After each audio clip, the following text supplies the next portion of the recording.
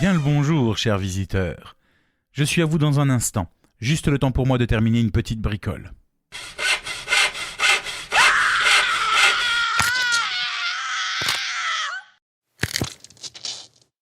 Je vous remercie pour cette attente. Entrez, je vous en prie, ne restez pas devant la porte. Bienvenue dans la boutique de l'étrange. Laissez-moi vous guider à travers notre étonnante collection d'objets énigmatiques et anciens. Vous avez déjà fait votre choix ? Fascinant cette croix en fer, n'est-ce pas ? Sachez, cher ami, que celle-ci fut le témoin d'une sombre histoire au cœur de la France. Une région pourtant si paisible, mais qui fut le théâtre d'attaques sanguinaires et violentes. Bienvenue en pays de Gévaudan.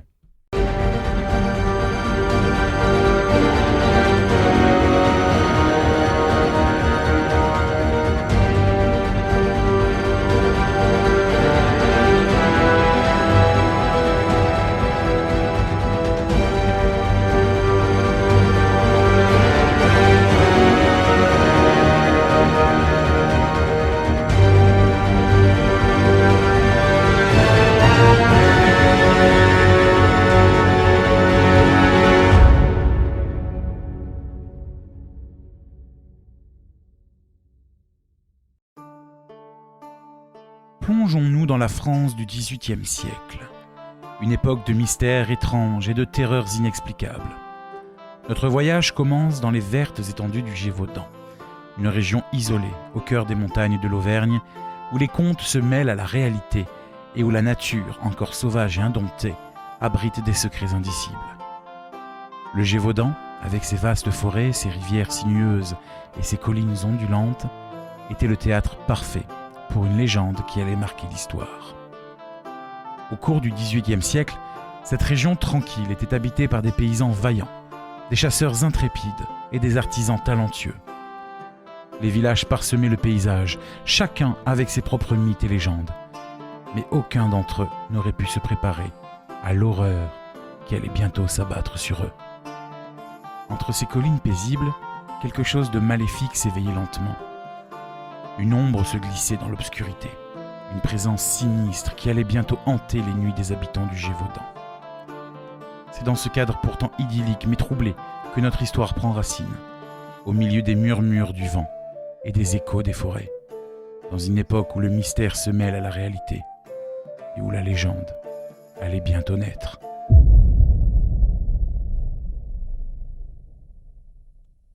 Préparez-vous à explorer les recoins les plus reculés du Gévaudan, à démêler les fils de cette histoire et à découvrir les secrets enfouis sous les collines verdoyantes. L'horreur rôde dans l'ombre, et nous sommes sur le point de réveiller l'une des histoires les plus troublantes de tous les temps.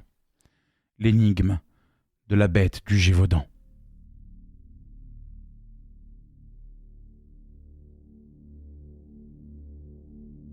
Dans le clair-obscur des nuits du Gévaudan, une créature terrifiante, un monstre insaisissable allait bientôt hanter les rêves des habitants et les forcer à regarder par-dessus leurs épaules, même en plein jour. On raconte qu'elle était grande comme un loup, mais différente de tout animal connu. Ses yeux brillaient d'une lueur sinistre et sa fourrure était aussi noire que la nuit elle-même. Ses cris déchirant le silence des forêts, semant la terreur parmi les villageois qui, jusqu'à ce moment-là, croyaient être en paix dans leur paisible coin de France. La légende de la bête se propagea comme une traînée de poudre, faisant naître des cauchemars chez les enfants et la terreur chez les adultes. Elle devint un sujet de conversation dans chaque village, un mystère qui obsédait les esprits curieux et hantait les conversations nocturnes. Les conteurs se l'approprièrent, ajoutant des détails macabres et des rencontres effrayantes à leurs récits. Chaque village avait sa propre version de l'histoire. L'impact de cette légende fut bien plus profond que ne l'auraient imaginé les habitants du Gévaudan. La terreur engendrée par la bête se transforma en fascination, une fascination qui perdure encore de nos jours. Elle eut un effet indéniable sur la culture locale, imprégnant les chansons, les danses et les récits populaires. Mais elle fit aussi naître une inquiétude diffuse, un doute constant sur ce qui se cachait dans les ténèbres de la forêt. Un doute qui persiste encore. Qu'était réellement cette bête ?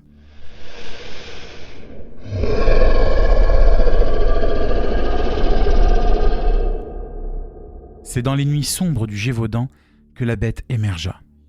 Sa présence maléfique se faisait sentir à travers ses premières attaques. Les premiers signes de son existence furent des cris perçants dans la nuit, des hurlements déchirants qui glaçait le sang des villageois, annonçant les prémices d'une terreur indicible. Les premières victimes étaient souvent des femmes et des enfants, des âmes innocentes prises au piège de sa férocité. Les attaques se produisaient principalement la nuit, lorsque l'obscurité offrait à la créature un camouflage intéressant. Elle se glissait silencieusement dans les villages endormis, choisissant ses proies avec une précision terrifiante. Les témoins de ces premières attaques décrivirent un monstre immense, une bête au croc acéré et aux yeux brillants d'une lueur démoniaque. Ces victimes étaient retrouvées mutilées, marquées par la cruauté brutale de leurs assaillants. Chaque attaque semait la terreur parmi les villageois, jetant des ombres sur la quiétude autrefois paisible du Gévaudan. Les attaques laissaient derrière elles un sillage de douleur et de deuil. Les familles pleuraient leurs proches disparus, tandis que les survivants se cloîtraient chez eux, terrifiés à l'idée de devenir la prochaine victime. L'atmosphère était imprégnée d'une tension palpable, chaque craquement de branches, chaque hurlement de loup éveillant des peurs ancestrales.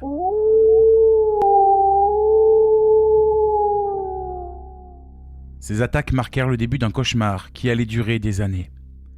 La bête du Gévaudan était arrivée, et son règne de terreur ne faisait que commencer.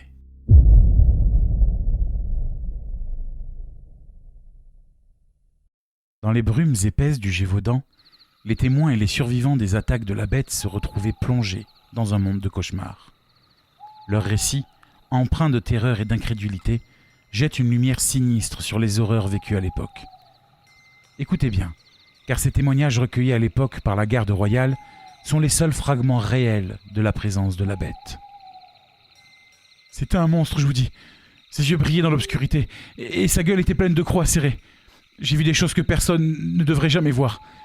La terreur qu'il inspirait était indescriptible. J'ai vu la bête de mes propres yeux, elle était énorme, bien plus grande qu'un loup ordinaire. Elle est apparue soudainement, rapide comme l'éclair, et a disparu dans les bois avant même que nous puissions réagir. Je n'oublierai jamais ce regard sauvage. Ouais, elle venait la nuit, lorsque la lune était haute dans le ciel. J'ai entendu des hurlements déchirants.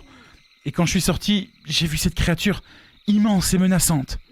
Elle a dévoré nos bêtes, nos animaux de ferme, comme si c'était un festin macabre en fait. Je l'ai vue tuer ma sœur.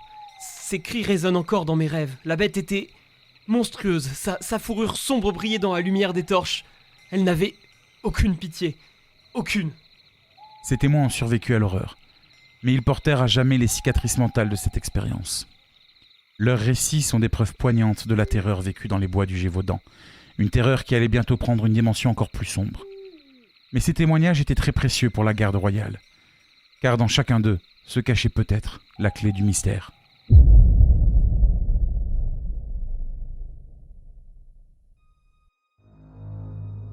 Dans les ruelles étroites des villages du Gévaudan, la peur se propageait plus rapidement que le vent d'automne. Chaque attaque de la bête laissait derrière elle un sentiment de terreur qui se répandait comme une maladie infectant les esprits des habitants. Comment la population locale réagissait-elle face à ces attaques mystérieuses, à cette présence démoniaque qui semblait insaisissable? Voici quelques récits de témoins qui ont vécu au Gévaudan à cette époque. Les gens ne sortaient plus la nuit, même pour les urgences. Les rues autrefois animées étaient désertes dès que le soleil se couchait. Les commerces fermaient tôt et même les églises retentissaient de prières ferventes, implorant la protection divine contre la bête maudite. La méfiance régnait, chaque inconnu était regardé avec suspicion, chaque ombre était source d'effroi. Les familles vivaient dans la crainte constante d'une visite nocturne de la bête. Les enfants ne jouaient plus dehors et les adultes ne quittaient leur domicile que par nécessité absolue. Certains ont tenté de résister, de former des groupes de chasseurs pour traquer la bête, mais même les plus courageux étaient hantés par la peur. Chaque bruit dans les buissons faisait battre les cœurs plus forts, chaque ombre était suspecte. La terreur était devenue un compagnon indésirable, toujours présente. Les récits des survivants se propageaient comme une traînée de poudre. Chaque nouvelle attaque, chaque mutilation alimentait l'angoisse collective. Nous vivions dans l'attente angoissante de la prochaine tragédie. La bête du Gévaudan était devenue une ombre noire sur nos vies, obscurcissant même les moments les plus joyeux. La population locale, jadis unie par les liens de communauté, était désormais fragmentée par la terreur. La bête avait semé la méfiance et la suspicion parmi les gens, divisant les villages autrefois solidaires. Le poids de l'horreur se faisait ressentir dans chaque regard furtif, dans chaque chuchotement anxieux. Fermez les yeux quelques instants et imaginez-vous plonger dans cet état d'appréhension constante, où chaque bruissement de feuilles était un rappel brutal de la menace qui pesait sur vos vies. C'était ça, la réalité quotidienne de la population, une réalité façonnée par la terreur indicible de la bête.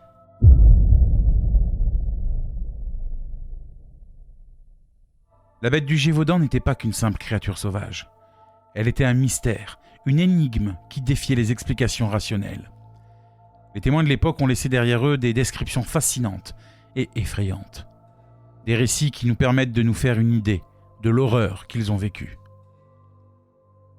Ses yeux étaient comme deux braises ardentes dans l'obscurité. Ils brillaient d'une lueur maléfique presque surnaturelle. Sa fourrure était noire comme la nuit, épaisse et hirsute. Sa silhouette était massive, beaucoup plus grande qu'un loup ordinaire. Et ses griffes,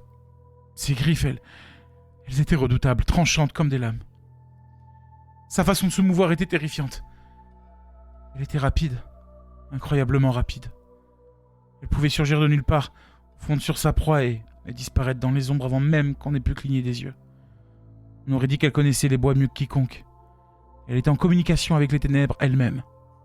Moi je l'ai vu de près, si près que j'aurais pu le toucher si j'avais osé. Sa respiration était rauque, presque sifflante. Elle émanait une aura de malveillance, comme si elle était possédée par une force démoniaque. Son grognement, c'était un son qui glaçait le sang, un avertissement sinistre de sa présence imminente. Elle ne tuait pas seulement pour se nourrir, c'était comme si elle prenait du plaisir à semer la terreur. Elle chassait sans relâche, dévorant tout sur son passage, mais il y avait quelque chose dans son regard, quelque chose d'intelligent, de calculateur, comme si elle comprenait la peur qu'elle inspirait et qu'elle en jouissait.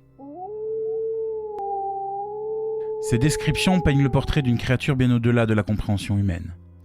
La bête du Gévaudan n'était pas simplement un animal en quête de nourriture. C'était une entité maléfique, un prédateur surnaturel qui terrorisait la région. Mais que cachait réellement cette créature ? Était-elle simplement un loup gigantesque ou quelque chose de plus sinistre ? Les caractéristiques physiques et son comportement apportés par les témoignages de l'époque sont autant de pièces de puzzle que nous allons tenter d'assembler.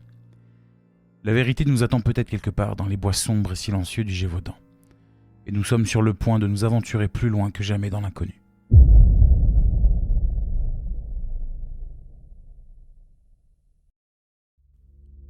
Dans la vaste étendue sauvage du Gévaudan, de nombreuses créatures habitent les bois.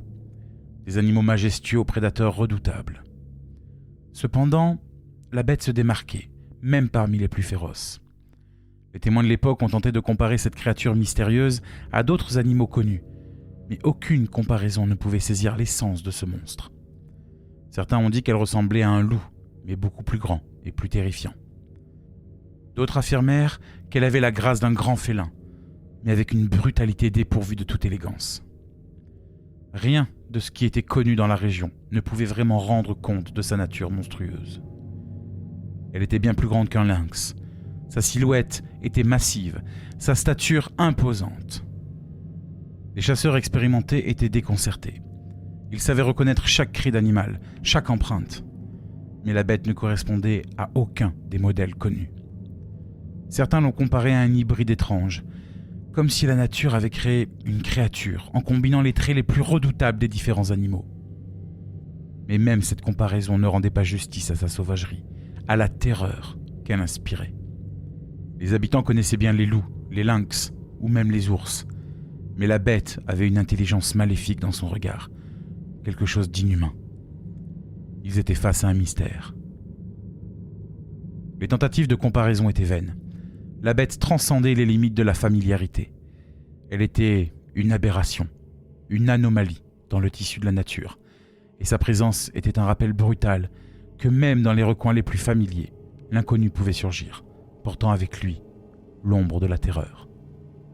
Dans les cercles chuchotants du Gévaudan, de nombreuses théories circulaient sur l'identité de la bête. Chaque conjecture portait en elle l'écho des peurs et des espoirs de ceux qui tentaient de comprendre le mystère qui les hantait.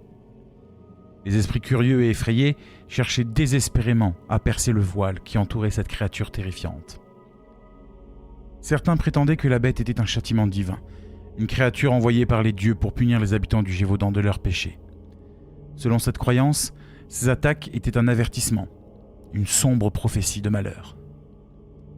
D'autres soutenaient qu'elle était une manifestation de la colère de la nature, un gardien surnaturel des bois ou des montagnes. Ces théoriciens pensaient que la bête avait été éveillée par les actions irrespectueuses des humains envers leur environnement, devenant ainsi le bras vengeur de la nature.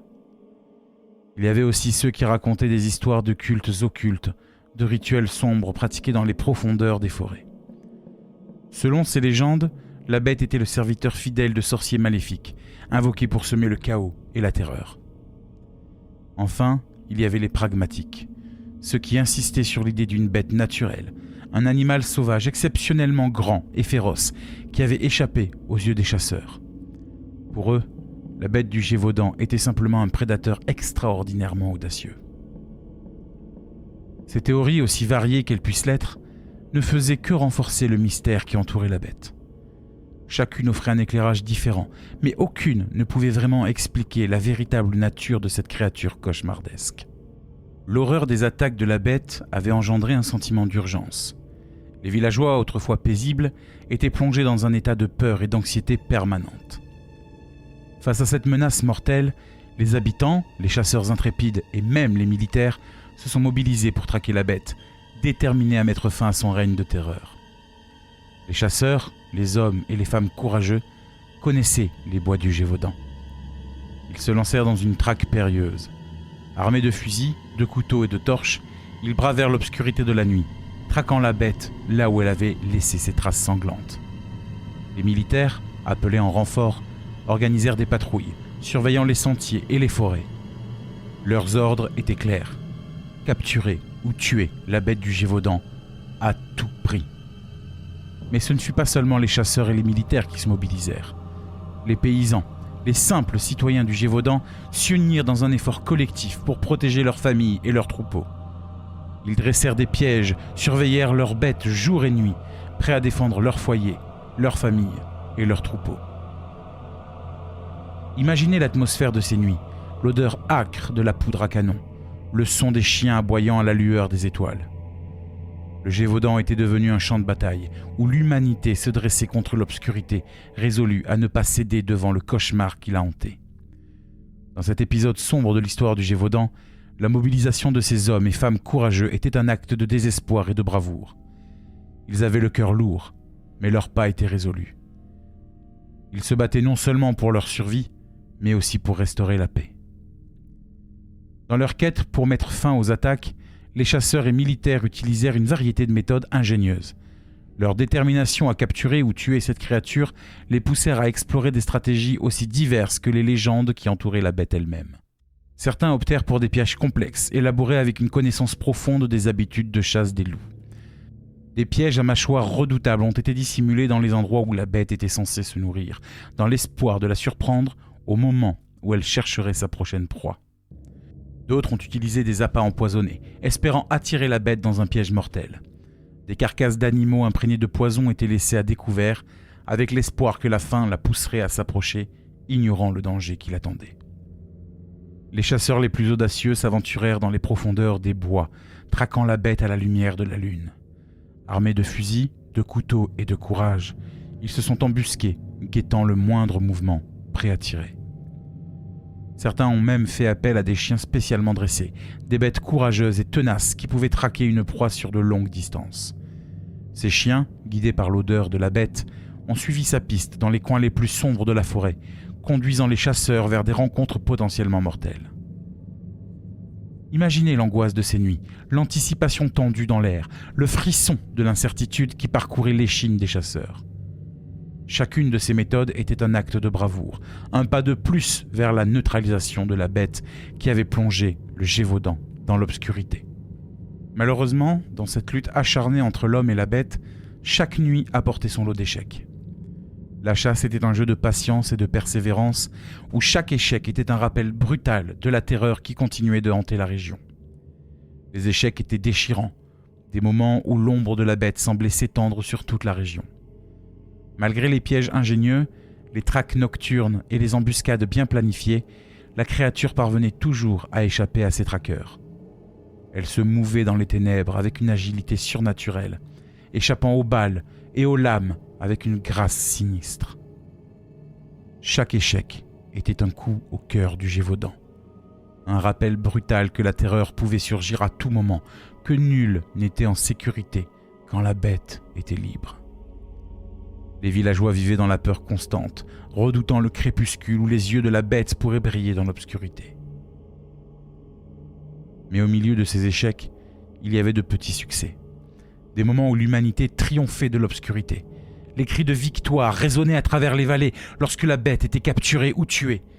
Chaque fois qu'un chasseur intrépide ou un groupe de villageois réussissait à abattre la créature, c'était un souffle d'espoir dans l'air vicié de terreur. Imaginez l'effervescence de ces moments de triomphe, l'émotion indescriptible qui s'emparait des habitants lorsqu'ils voyaient enfin la bête gisant, sans vie, à leurs pieds. Mais imaginez également leur désarroi lorsque quelques jours plus tard, les attaques recommençaient inlassablement, faisant soudainement prendre conscience que l'animal tué quelques jours plus tôt n'était qu'un simple loup.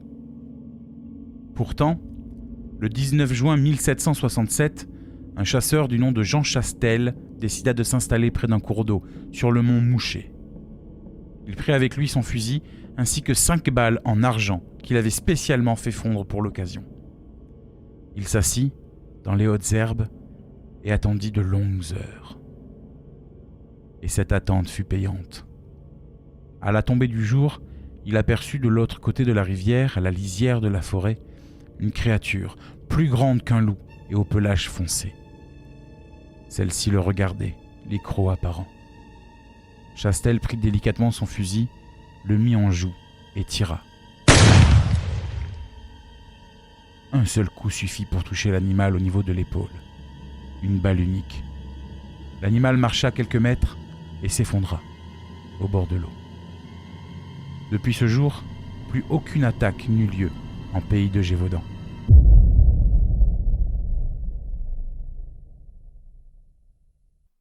La dépouille de l'animal fut apportée jusqu'au château de Besques, où elle fut empaillée. Personne, ni villageois, ni chasseur ou médecin, ne connaissait cet animal. Il était plus gros qu'un loup, d'une corpulence forte et trapue, et d'une couleur sombre avec des reflets roux. La dépouille resta au château durant 12 jours avant d'être acheminée à Versailles, à la cour du roi Louis XV.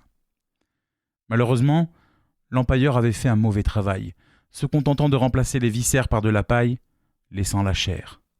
Celle-ci commença à pourrir et une odeur immonde se dégageait de la dépouille. Celle-ci fut donc détruite et brûlée en septembre 1767. La bête du Gévaudan apparut pour la première fois le 30 juin 1764 et mourut le 19 juin 1767. 3 années de terreur au cœur de la France qui suffirent à la bête pour tuer 124 personnes. Aujourd'hui encore, la bête du Gévaudan reste un mystère et une énigme. Personne ne pourrait dire avec exactitude ce qu'était cet étrange animal. Une chose est certaine, elle n'était pas d'ici. Je vous remercie, chers clients, d'avoir pris la peine d'écouter l'histoire de votre croix. Sachez que celle-ci était présente au sommet d'une petite chapelle sur les pentes verdoyantes de Gévaudan et qu'elle fut le témoin de toute cette affaire. Mais soyez rassurés, la bête ne reviendra pas. Car aujourd'hui, les véritables bêtes ne sont peut-être pas animales, mais bien plus proches des humains que vous le croyez.